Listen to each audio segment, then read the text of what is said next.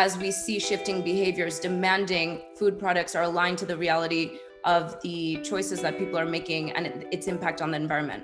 We're seeing increased frequency and intensity of climate change impacts. And so people ask, what is it that I can do? The demand from the end of consumers needs to really reflect the reality of the fact that we are just consuming too much, especially in Western countries.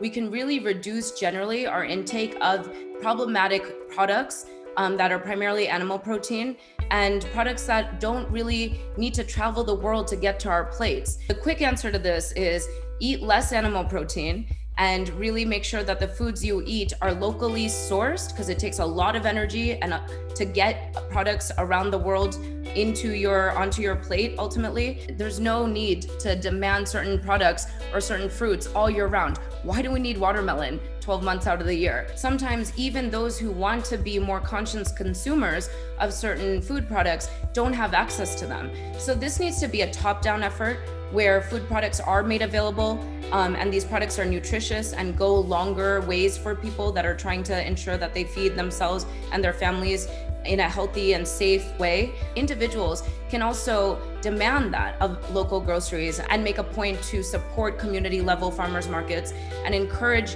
that type of option being available through demand and through buying behaviors. Those, unfortunately, that are most vulnerable to the impacts of climate change are not even consuming at the levels that are contributing to agriculture and animal food production, which is one of the leading causes of carbon emissions.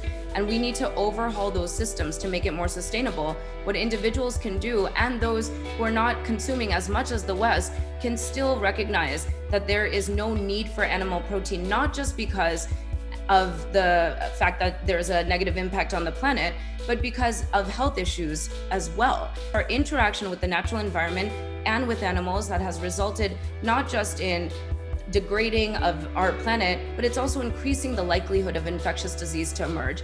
So as people demand more food overall, we're talking about a 70% increase in food production to feed that amount of people by 2050.